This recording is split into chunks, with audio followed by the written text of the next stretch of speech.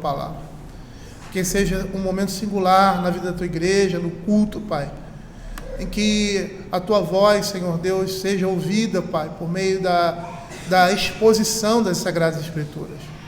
Haja nos nossos corações, ó Senhor Deus, para que possamos ouvir com toda a nossa mente, com toda a nossa disposição, e que teu Espírito Santo, Senhor Deus, fale profundamente ao coração de cada um aqui, Senhor, dando também àquele que está trazendo a palavra, Senhor Deus, sabedoria da parte do Senhor, ó Pai, fidelidade, Senhor, aquilo que a tua palavra expõe. É o que nós pedimos, em nome de Jesus. Amém. Queridos, vamos abrir a palavra do Senhor em Abacuque, capítulo 2. E aí, dando continuidade à exposição, né? Nós terminamos o verso 16 ali, o quarto lamento, e aí vamos dar continuidade. Eu gostaria de entrar aí no próximo, no quinto e último ai, mas pelo horário, eu não quero me estender muito, do horário do nosso culto, eu não sei se nós vamos ter condições de fazer isso hoje, mas essa seria a nossa proposta, entrar no verso 18 hoje, mas não sei se vamos conseguir. Mas vamos fazer essa leitura do verso 15 até o verso 20, terminando aí o quarto ai, e se possível, adentrando aí no último lamento do profeta, ou da profecia que é lançada aí contra Babilônia. Diz assim a palavra do Senhor, verso 15: Ai daquele que dá de beber ao seu companheiro, misturando a bebida o seu furor, e que o embebeda para lhe contemplar as vergonhas. Serás farto de opróbrio em vez de honra. Bebe tu também e exibe a tua incircuncisão. Chegará a tua vez de tomares o cálice da mão direta do Senhor, e a ignomínia cairá sobre a tua glória. Porque a violência contra o Líbano te cobrirá, e a destruição que fizeres dos animais ferozes te assombrará, por causa do sangue dos homens, da violência contra a terra, contra a cidade e contra todos os seus moradores. Que aproveita o ídolo, visto que o seu artífice o esculpiu? E a imagem de fundição mestra de mentiras, para que o artífice confie na obra, fazendo ídolos mudos. Ai daquele que diz a madeira, a corda e a pedra muda, desperta. Pode o ídolo ensinar? Eis que está coberto de ouro e prata, mas no seu interior não há fôlego nenhum. O Senhor, porém, está no seu santo templo. Cale-se diante dele toda a terra. Queridos, nós vimos na semana passada o quarto lamento, que começa no verso 15 e termina no verso 17, que denuncia a Babilônia por usar o seu poder, a sua força para humilhar e se aproveitar dos povos que estavam à sua volta. A ideia constante no verso 15 é que parte da depravação inerente do pecado deles é a sua insistência em envolver os outros no seu próprio pecado, na sua própria devastação, no seu próprio desregramento. E aí você vê lá em Apocalipse, o epíteto para a Babilônia era mãe das prostituições, uma meretriz, ou seja, que seduzia os povos a participarem da sua depravação, do seu pecado e da sua idolatria. E aí nós vimos, nesses versos, nos versos 15 e 16, mais especificamente no verso 15, que o rei de Babilônia não se satisfaz em embriagar os outros com o seu pecado. Ele só tem descanso quando força todos os outros à degradação que também lhe é característica. E eles querem seduzir os outros, é isso que o verso 15 vai nos mostrou. Eles não sentem paz, e aí, lógico, uma falsa paz. E tentam fazer com que o seu comportamento pecaminoso seja aceito e praticado por outros, anestesiando assim a sua própria consciência. E isso aqui não é coincidência com as coisas que acontecem hoje. O pecado é o mesmo. Por isso Babilônia é meretriz, é chamada de meretriz, prostituta, porque ela seduz para levar os outros ao pecado e a contemplar a sua própria depravação neles. E aí no verso 6, né, nós temos aí um alerta para destruição e juízo que virão, né, de suas ações vergonhosas. Serás farto de opróbrio em vez de honra, de vergonha em vez de honra. Bebe tu e exibe a tua própria incircuncisão. E aí nós vimos que essa exibição da incircuncisão é o paralelo, ou seja, é o juízo, porque ele embebedava outros para expor a vergonha deles. E agora ele vai ter a sua vergonha exposta, a sua incircuncisão imposta. E nós falamos, quando citamos isso, que o Senhor exige de toda a humanidade, do ser humano, que ele ande de conformidade com as suas leis. E ele agora expõe essa incircuncisão, expõe essa vergonha de Babilônia, e eles tomam da mão do Senhor a recompensa, ou melhor, a retribuição de sua sordidez. E aí nós vimos mais uma vez, aqui no livro de Abacuque, que o juízo de Deus é certo sobre o pecado, e cada um terá esse juízo ao seu tempo, ou melhor, ao tempo de Deus. E aí nós continuamos com a exposição no verso 17, terminando aí esse lamento, quando diz assim: porque a violência contra o Líbano te cobrirá, e a destruição que fizeres dos animais ferozes te assombrará, por causa do sangue dos homens, e da violência contra a terra, contra a cidade e contra os seus moradores. E mais uma vez nós temos aqui a repetição dos motivos que levaram à queda da Babilônia. Nós vimos isso lá, né, no primeiro ai, lá nos versos de 6 a 8, os motivos que levaram a Babilônia à queda. Babilônia deverá sofrer uma humilhação devastadora decorrente do que ela fez. O que ela fez? Violência contra a terra, violência contra as cidades, violência contra os seus moradores. É interessante nós atentarmos aqui nesse primeiro verso, na primeira frase do verso 17, que ele diz assim: porque a violência contra o Líbano te cobrirá. E esse primeiro verso ele pode estar se referindo a Israel, como nós vemos lá em Deuteronômios, capítulo 3, verso 25, que diz assim: Moisés clamando ao Senhor para que ele pudesse ver a terra prometida, para que ele pudesse entrar na terra prometida, ele diz assim: rogo-me deixes passar, para que eu veja essa boa terra que está da além do Jordão, esta boa região montanhosa e o Líbano.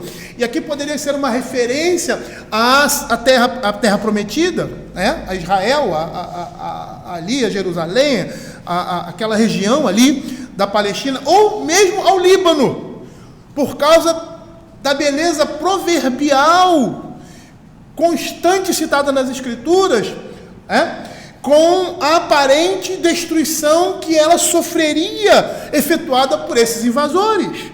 O Líbano era afamado por sua vegetação luxuriante e flores e florestas impotentes, muitas vezes usadas, como falei aqui, como referência na Escritura.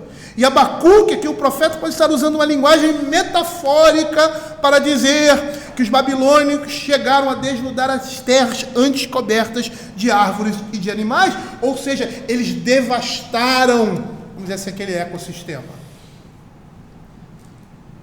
E aí ele continua: porque a violência contra o Líbano te cobrirá, e a destruição que fizeste dos animais ferozes te assombrará. Esse é o motivo também do juízo de Deus sobre eles. E é interessante que isso é citado aqui. E quando nós olhamos para a Escritura, principalmente na tradição dos livros de sabedoria, esses livros associavam uma atitude de uma pessoa piedosa, a piedade para com a atitude dessa pessoa com relação aos seus animais. Uma pessoa justa nutria verdadeira preocupação com o bem-estar dos animais. E isso contrastando com quem? Com os perversos. Abra Provérbios capítulo 12, verso 10. E nós vamos ver isso nas Sagradas Escrituras. O justo atenta para a vida dos seus animais, mas o coração dos perversos é cruel. Segundo o que nós temos visto na Escritura, e a própria história mostra, quando Babilônia ela entra nessa região e em outros povos, eles destroem tudo, até os animais. E não eram os animais necessariamente domésticos, tá? Animais ferozes. Eles passam e devastam tudo. E percebam que o juízo de Deus vem por causa disso também, tá? Pela falta de humanidade deles para com esses animais ferozes. Provavelmente não havia necessidade de fazer o que eles fizeram. Abra Jonas capítulo 4, verso 11. Observe o livro de Jonas. Veja a compaixão do Senhor por toda a sua criação. Olha o que ele diz. E não hei de eu ter compaixão da grande cidade de Nínive, e isso aqui é a Síria, né? Capital da Síria, em que há mais de 120 mil pessoas que não sabem discernir entre a mão direita e a esquerda, e também muitos animais. Quando Deus freia a sua mão de destruir Nínive por causa do seu pecado, porque eles se arrependeram do seu pecado, um dos motivos era pelos animais que estavam ali também, pelos homens e pelos animais também. E é interessante porque você vê na palavra de Deus mostrando Deus atento quando as suas menores criaturas são aterrorizadas pelas maldades dos seres humanos, que são insensíveis à criação de Deus. A Escritura vai dizer que Deus ouve o gemido de toda a criação e garante que todo o universo criado vai se reunir na redenção final dos filhos de Deus. É o que o apóstolo Paulo fala lá em Romanos capítulo 8, verso 19 a 21. Por causa do pecado do homem, toda a natureza sofre. Não só aquela natureza que é inanimada, a terra, né? E aí vamos considerar as árvores, as plantas, que têm vida, né? Mas os animais, todas essas coisas sofrem por causa do pecado. E o seu sofrimento, poeticamente falando, é a expectativa de que eles também sejam redimidos. É uma linguagem poética, é como se a terra está sofrendo por causa do pecado, e esse sofrimento é um lamento diante de Deus. É como se eles estivessem dizendo: queremos voltar à nossa antiga condição. Olha o que a palavra de Deus diz: a ardente expectativa da criação aguarda a revelação dos filhos de Deus, pois a criação está sujeita à vaidade, não voluntariamente, mas por causa daquele que a sujeitou, na esperança de que a própria criação será redimida do cativeiro da corrupção para a liberdade da glória dos filhos de Deus. Essa é a perspectiva da nova Jerusalém. Não há uma promessa somente para nós, criaturas humanas, mas para toda a criação. Toda a criação será restaurada. Se você me perguntar como vai ser isso, eu não sei. Mas é essa expectativa que nós temos do céu. A nossa ressurreição. Nós vamos ressuscitar. Com esse corpo aqui, incorruptível. E a natureza toda será restaurada. É um novo Éden. É a nova Jerusalém que desce do céu. Como diz a palavra de Deus em Apocalipse. Esses dias, a pregação, acho que domingo passado à noite, nós falamos de algumas coisas a respeito disso, né? Pessoas ficam elucubrando e tal, e aquela coisa toda, né? E até citei uma do casamento que vai ter, né? E no céu, não estou dizendo que vai ter, algumas pessoas, né? Querendo, sei lá, ir além da Escritura, onde a Escritura não vai. Aí pecam por causa disso. Mas a Escritura diz que todo esse mundo será restaurado. E provavelmente não vai haver mais essa divisão entre céu e terra, não sei. Mas nós iremos viver eternamente com o Senhor, sem pecado, com um corpo incorruptível e vamos aproveitar da criação divina. É o retorno ao Éden nesse mundo. Percebam que o motivo pelo qual, um dos motivos pelos quais houveram juízos, melhor dizendo, foi a violência que impuseram sobre as nações, contra todos os moradores delas, contra os animais, contra a própria natureza, e essa violência se voltaria contra eles. E aí cabe até um parênteses aqui, né? A importância que nós temos de preservar e utilizar o que nós temos nesse mundo, os recursos naturais. Eles foram colocados à nossa disposição para que nós nos utilizemos deles.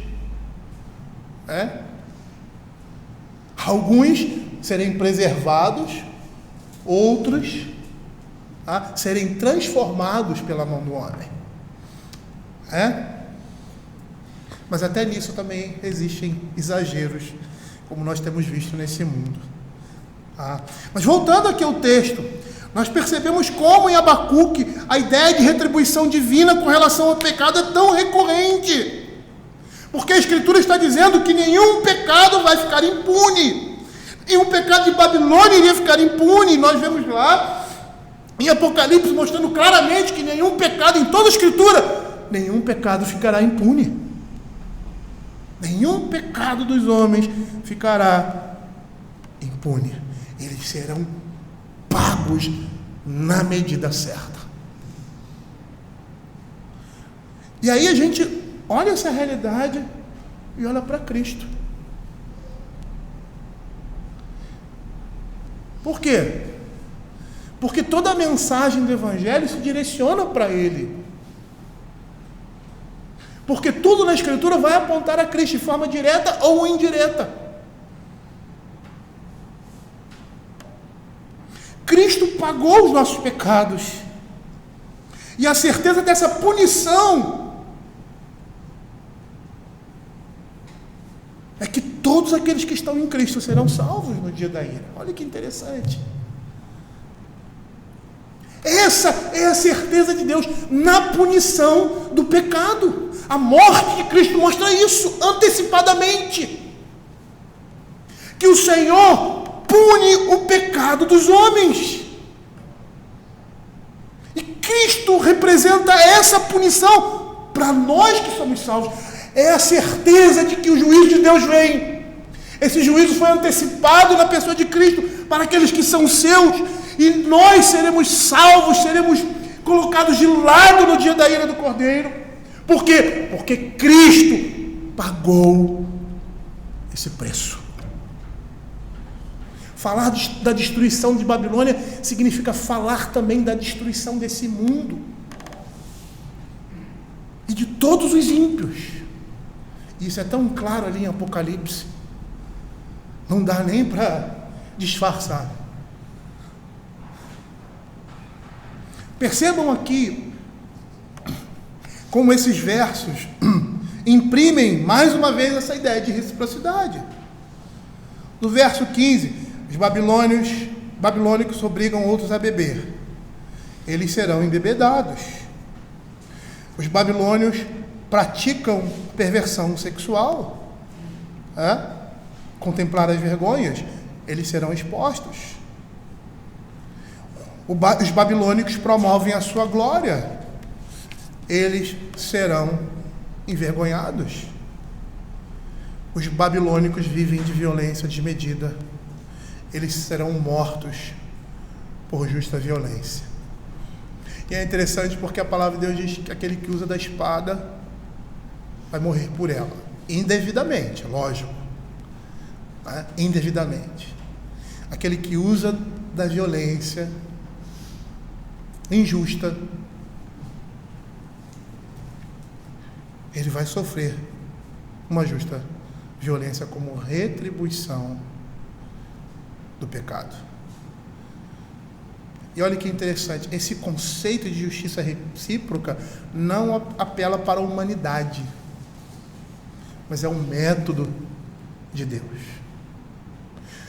Por quê? Porque muitas vezes os homens não exercem essa justiça de forma apropriada. Mas o método de Deus é esse. Se nós não exercermos aquilo que Deus nos chamou a exercer, em justa medida, Ele fará isso. Ou Ele vai levantar uma outra pessoa, isso na vida cristã de uma maneira como um todo, para fazer aquilo no seu lugar, ou Ele mesmo fará. E é dessa maneira que Ele se mostra imparcial e justo como juiz. É interessante você olhar essas coisas na perspectiva do Evangelho. Deus se estabelece como justo e justificador do ímpio que crê. E a perspectiva, apesar de não se falar aqui com relação à Babilônia, era fazer com que eles o quê? Se voltassem para Deus. Isso é muito claro na história. A escravidão do povo de Deus ali tinha um propósito. Olha que interessante. Olha que imagem interessante, imagem de uma realidade. O povo estava aprisionado ali em Babilônia. E tinha Deus tinha um propósito com isso. Fazer conhecido o seu nome. É o que nós vimos no verso 14. Pois se encherá do conhecimento da glória do Senhor como as águas cobrem o mar. E esse era um propósito de Deus. O povo de Deus ali no meio daquela depravação, no meio daquele povo, dando testemunho do Evangelho, para que eles tivessem a oportunidade de ouvir e se arrepender do seu pecado. Quantas oportunidades eles não tiveram como nação e como indivíduos? É só você ler Daniel, é só você ler o Velho Testamento com relação à Babilônia, período que a igreja de Cristo ficou ali. Por quê? Porque esse é o propósito de Deus. A salvação dos homens, ou seja, a sua glória em primeiro lugar, e a salvação dos homens na manifestação, ou destruição, na manifestação da sua glória. É Deus que se estabelece como justo e justificador do ímpio que crê. E é interessante porque todos nós estamos nessa situação, ou já estivemos.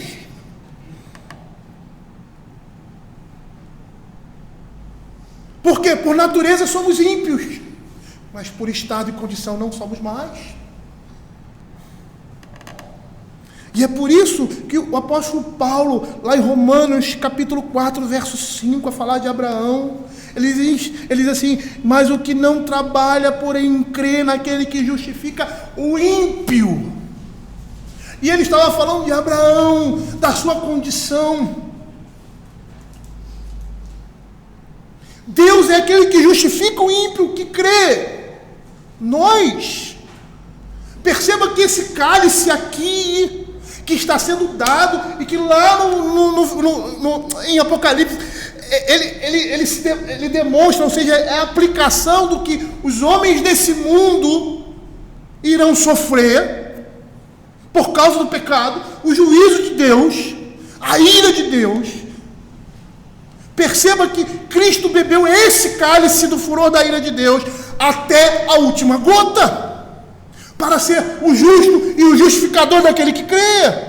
E assim ele se torna salvador de todos que renunciam ao seu orgulho próprio, à violência, à depravação, à impiedade, esperando em Deus a sua salvação. E é interessante porque não passou muito tempo e os caminhos do Senhor se manifestaram ali a Babilônia, aquela nação poderosa.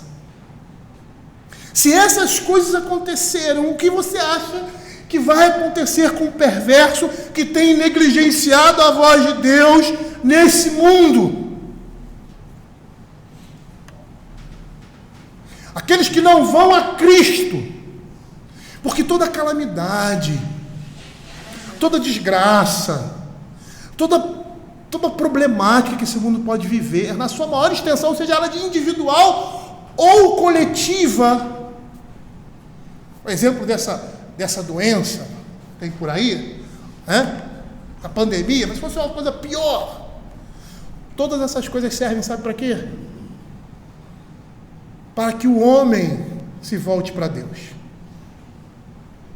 e reconheça em Deus a sua única salvação. Essas coisas acontecem para que os homens reconheçam. Lembra do que nós pregamos em Apocalipse? Eu sei que muitos aqui não estavam presentes, mas uma das coisas interessantes ali em Apocalipse é que o juízo de Deus vem, e qual é? Depois dos selos, né? Vem o primeiro selo, vem o segundo, e no finalzinho de muitos deles diz assim, eles não se arrependeram das suas obras.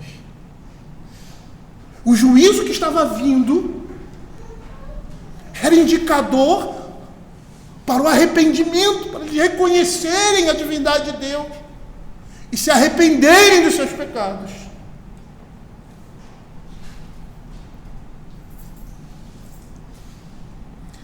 Olha o que Provérbios vai dizer, capítulo 1, versos de 20 a 31.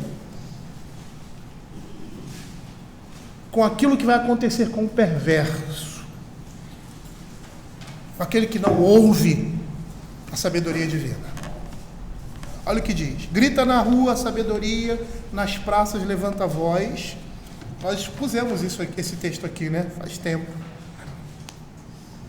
Do alto dos muros clama, à entrada das portas e na cidade profere as suas palavras.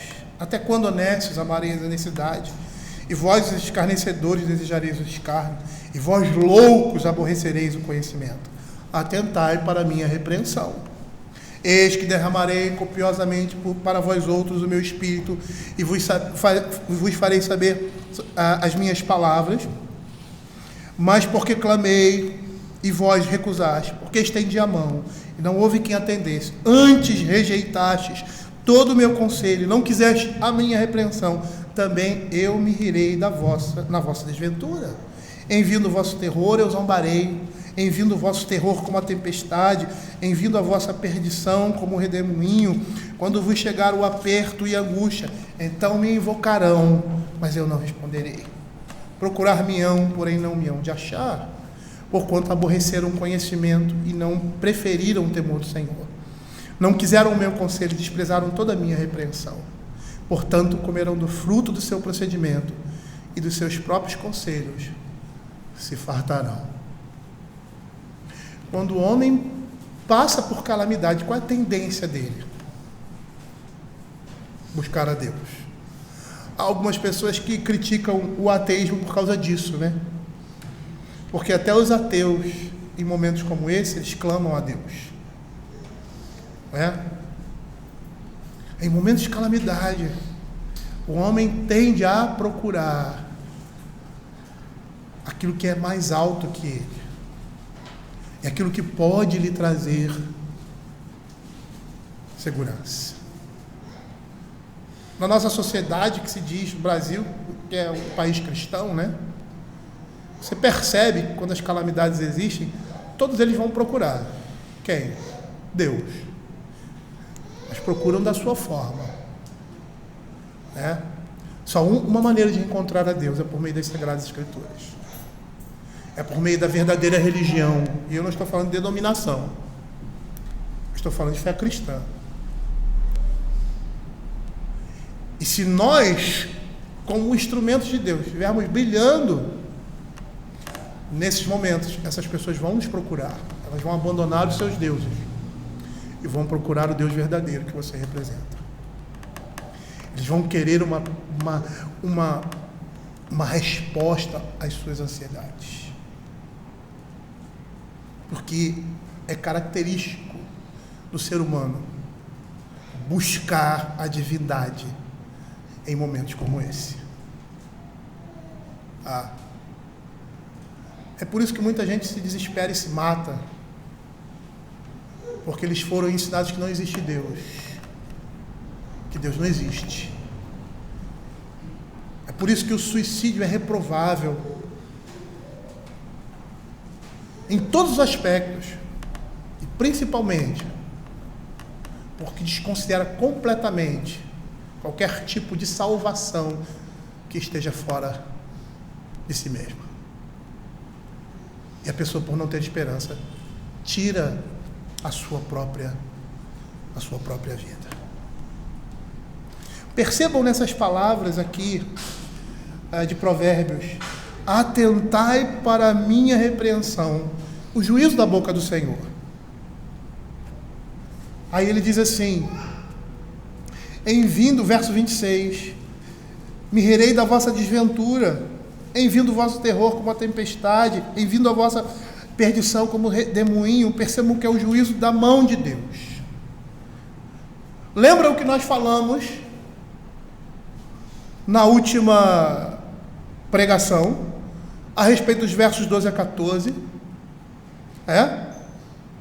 Que nós vimos que o conhecimento da glória de Deus, que não for ensinado pelos juízos de sua boca, serão manifestado e reconhecido pelo juízo das suas mãos. É isso que nós estamos vendo aqui em Provérbios. É isso que nós estamos vendo aqui em Abacuque. Os juízos temporais de Deus são uma imagem do juízo eterno. Não ficarão impunes os pecados dos homens, principalmente aqueles que afrontam diretamente a majestade de Deus, incluindo também a sua igreja. Apocalipse capítulo 21, 8 diz assim: quanto porém aos covardes, aos incrédulos, aos abomináveis, aos assassinos, aos impuros, aos feiticeiros, aos idólatras e a todos os mentirosos, a parte que lhes cabe será no lago que arde com fogo e enxofre, a saber, a segunda morte. Esses assassinos aqui, ele não está se referindo àqueles que o sexto mandamento aponta: não matarás. Não é uma indicação direta ao sexto mandamento. Direta. É claro que é uma indireta. Por que é indireta? Porque aqui em Apocalipse, ele está falando desses assassinos, são todos aqueles que no transcorrer da descrição do livro de Apocalipse, mataram os crentes. Tiraram a vida dos servos de Deus por causa do Evangelho. Esses têm parte no lago que arde com fogo e enxofre.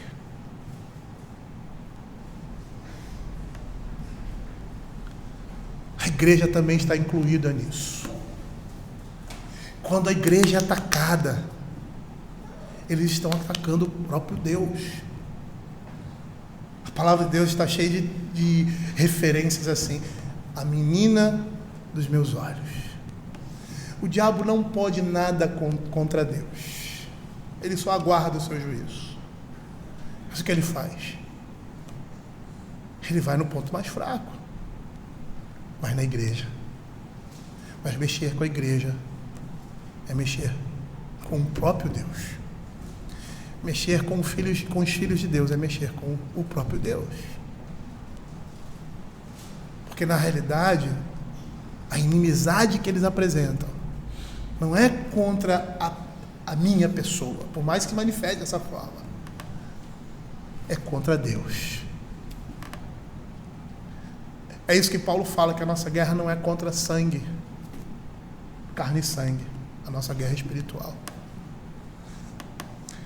Quando nós vemos, queridos, o mal assolando esse mundo e o juízo de Deus sendo exercido nessa terra, é hora de os homens se voltarem para Deus e buscarem o perdão dos seus pecados. Que aqueles que não submeterem a voz de Deus pelo juízo da sua boca, ou seja, pela sua reprovação, serão alcançados pelo juízo de suas mãos, ou seja, pela sua destruição. E aí eu gostaria de introduzir o verso 18, ou seja, o próximo ai. Quando o profeta diz assim: que aproveita o ídolo, visto que o seu artífice o esculpiu, e a imagem de fundição mestre de mentiras, para que o artífice confie na obra, fazendo ídolos mudos. E aqui nós temos o início da última máxima proverbial contra os babilônicos. E é interessante, percebam aqui, que ele começa de forma diferente dos outros 4 ditos. Antes de recitar o recorrente ai, ele introduz o ai, ele fala da utilidade do ídolo. Ou seja, daquilo que seria maldito, lamentado nos versos 19. E é interessante porque aqui nós temos uma diferença, e ele usa esse diferenciador como um recurso literário, como um recurso expressivo, provavelmente para demonstrar que essa última máxima representa o clímax de todos os outros lamentos. Por isso que ele introduz que aproveita o ídolo, visto que seu artífice o esculpiu, falando da validade disso. E a imagem de fundição, mestre de mentiras, para que o artífice confie na obra, dizendo ídolos mudos, ai daquele que diz a madeira. É um ápice, é um fechamento. Certo comentarista, avaliando essa disposição, diz que com isso o profeta quer mostrar que até esse ponto as condenações eram totalmente justificadas por causa das suas deficiências religiosas. E olha que interessante. Nabucodonosor poderia ter sido uma pessoa muito religiosa, e isso era muito comum no mundo antigo pagão. Contudo, toda a sua piedade pagã era vista como sendo totalmente inútil. E aqui nós percebemos, dessa forma, que a idolatria pagã dos babilônicos seria vista como a fonte de todas as atrocidades mencionadas anteriormente. Palmer Robertson, falando sobre esse verso, ele conclui que, por causa de sua orientação religiosa errada, seus padrões morais, consequentemente, tinham de ser pervertidos. Diz ele, no seu comentário, como criadores de deuses que não falam, eles tinham de inventar seus próprios padrões de sua maneira de viver. E esse foi um dos motivos que eu queria adentrar nesse texto aqui, nesse verso, pelo menos inicialmente, porque essa é a introdução para a exposição dos versos 18 a 20. É o que nós temos visto hoje em dia, não só hoje em dia, em todos os tempos. Quando os homens se alienam completamente do Evangelho, eles se tornam o quê? Brutos e irracionais. Quando eles rejeitam a graça comum oferecida por meio do convencimento de padrões morais estabelecidos na Sagrada Escritura, que mostram a santidade de Deus, eles se tornam como bestas feras. Abra Romanos aí, capítulo 1. Olha o que a palavra de Deus vai dizer com respeito a isso, a essa brutalidade do ser humano. O verso 19 e 20 diz assim: porquanto que se Deus pode conhecer, é manifesto entre eles, porque Deus lhe manifestou, porque os atributos invisíveis de Deus, assim o seu eterno poder, como também a sua própria divindade. E aí, eu quero crer que essa divindade signifique santidade, porque aquilo que é divino é separado, aquilo que é divino é especial, aquilo que é divino é mais alto do que os homens. Claramente se reconhece desde o princípio do mundo, sendo percebidos por meio das coisas que foram criadas. Tais homens são, por isso, indesculpáveis.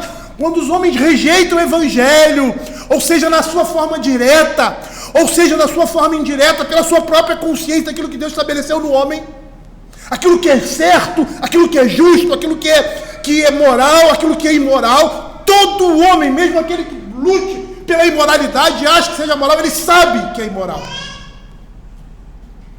Ele sabe que é errado. Por mais que esteja enganado, se tornam piores que animais. Olha o que o verso 21 e 24 vai dizer de Romanos.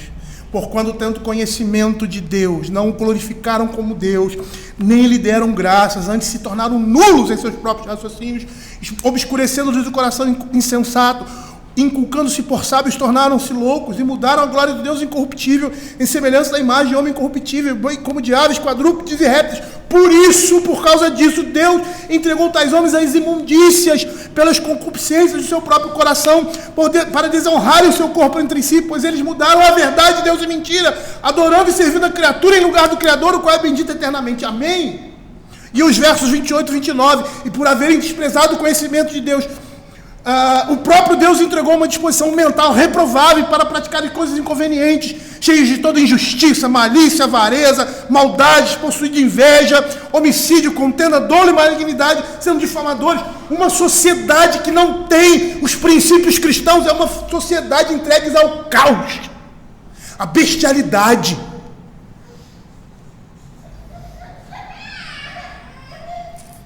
Eu quero abrir um parêntese aqui, porque recentemente nós tivemos um ministro do Supremo Tribunal Federal, Edson Fachin, propondo a exclusão da influência cristã na política, citando abuso de poder religioso. Esse homem é um notório ativista marxista. Ele não poderia pensar de forma diferente. Tirar a influência religiosa, ou seja, os padrões judaicos cristãos da sociedade, a influência disso na sociedade, no governo, é levar esse nosso país à bestialidade que nós já temos contemplado no cenário brasileiro político, quanto a uma moral de costumes anticristãos proposta pelo marxismo. O que seria isso? Abuso do poder religioso. Quer dizer que um religioso não é um cidadão? A política está diretamente ligada à teologia. Diretamente ligada à teologia. Não só a política, mas todas as ações humanas. Quando Deus criou o homem, Ele deu, apesar de eu não gostar muito dessa definição, mandato cultural, né, e outros mandatos, que eu me esqueci agora. São 3. Ou seja, Deus criou o homem nas relações dos homens com os outros homens e com Deus. Tem que ser pautada segundo a sua palavra. E por mais que nós temos um país cristão, mas nem todos são verdadeiramente crentes, nós somos influenciados, poderíamos ser muito mais, pelo Evangelho. Paulo, em Romanos capítulo 2, vai dizer, verso 14 e 15, quando o homem age com justiça, retidão e santidade, não tendo esses princípios, ele age conforme a sua consciência. A consciência que Deus colocou lá. Por isso que eu falei as coisas que eu disse anteriormente. E aí, nesse contexto, nós podemos ver que o maior inimigo da igreja é o Estado. Nesse contexto marxista, o maior inimigo da igreja é o Estado. Por isso que nós não podemos abraçar nenhuma ideologia como essa. E necessariamente todos nós aqui postulamos uma ou outra coisa, até sem saber, né? Porque nós vivemos nesse mundo, nós somos influenciados pelo pensamento desse mundo. Por isso a Escritura diz para a gente renovar o nosso entendimento. Por isso que nós temos que procurar a verdade nas Sagradas Escrituras, porque nós vamos nos livrar desse pensamento, dessa influência nas nossas vidas, direta ou indireta. Eu disse que o que está acontecendo hoje em dia, não só aqui, mas no mundo, não é uma luta política, ideológica apenas. É uma luta contra o Evangelho. É religiosa. Na concepção marxista, a religião ópio do povo, né? O Estado toma o lugar de Deus. Uma ideologia idólatra. E quando se tira Deus dessas coisas, não há limites para aquilo que o homem faz. Não há. Se você tira a influência de Deus na justiça, nas relações sociais, na religião, não sobra nada. Não sobra nada. Aí você vai ver, como eu citei, um exemplo, quando um amigo foi fazer um relatório, não, ele foi fazer uma ficha, era sexo. 23 possibilidades. 23 possibilidades. E existem muitas outras coisas mais absurdas. É isso. É isso que esse mundo deseja. Mas olha que interessante. Olha que interessante. A exclusão da influência cristã na vida de uma sociedade traz o juízo de Deus. Percebam que eles estão lutando contra eles mesmos. Eles estão cavando a sua própria destruição quando querem tirar toda e qualquer influência do Evangelho. Por isso, voltando ao texto, que é bastante plausível que a condenação à idolatria fosse deixada para o final dessa mensagem, porque ela é o foco de tudo. É o foco de tudo. É o que dá significado a todas essas atrocidades cometidas pelos povos pagãos. E até agora, essas 4 máximas, e essa seria a 5ª, pesam sobre os ombros dos babilônicos. Cada máxima apresenta um juízo severo. Versos 6 a 8, o saqueador será saqueado. Versos 9 a 11, o fortificado será exposto. Versos 12 a 15, o civilizado será desmoralizado. Versos de 15 a 17, o impudente será difamado. E nessa última máxima, os babilônicos recebem a mensagem da plena certeza sobre os justos propósitos de Deus. Deus nenhum, nem poderes no céu ou na terra, podem resistir à realidade do Deus vivo, único e verdadeiro. E é esse Deus a quem nós servimos. É esse Deus que nos resgatou. Por isso Paulo vai dizer: quem poderá nos condenar? É o juiz que nos liberta. É Ele. Não há condenação, porque Ele recebeu um juízo sobre si, e Ele é o juiz que julga, o nosso Deus.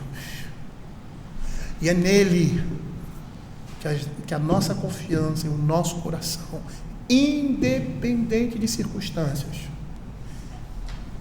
como era ali na vida de Abacuque, ele estava diante da tragédia, diante do caos. É nele que o nosso coração deve descansar. Por isso, o final da sua oração é tão belo, né? É tão... E nós vamos ver isso. Vamos expor todo esse cântico aqui de Abacuque. Queira Deus me dar condições e capacidade de expor de forma tão majestosa como a Escritura se apresenta. E diz assim: todavia eu me alegro no Senhor, exulto no Deus da minha salvação. Ainda que a figueira não floresça, nem haja fruto na vide, o produto da oliveira minta, e os campos não produzam alimento. As ovelhas sejam arrebatadas do aprisco, nos currais não haja gado. Tudo que ele estava vendo ali, que tinha acontecido com o seu povo. Todavia, eu me alegro no Senhor, exulto do Deus da minha salvação. O Senhor Deus é a minha fortaleza, e faz os meus pés como da corça, e me faz andar altaneiramente. Que nesses tempos de dificuldades que estão por vir, não sei se nós vamos passar por isso, os nossos filhos, provavelmente nossos netos ou os nossos bisnetos, que o Senhor esteja nos dando essa coragem que o profeta está tendo aqui e demonstrando isso com suas palavras na sua vida. Vamos orar.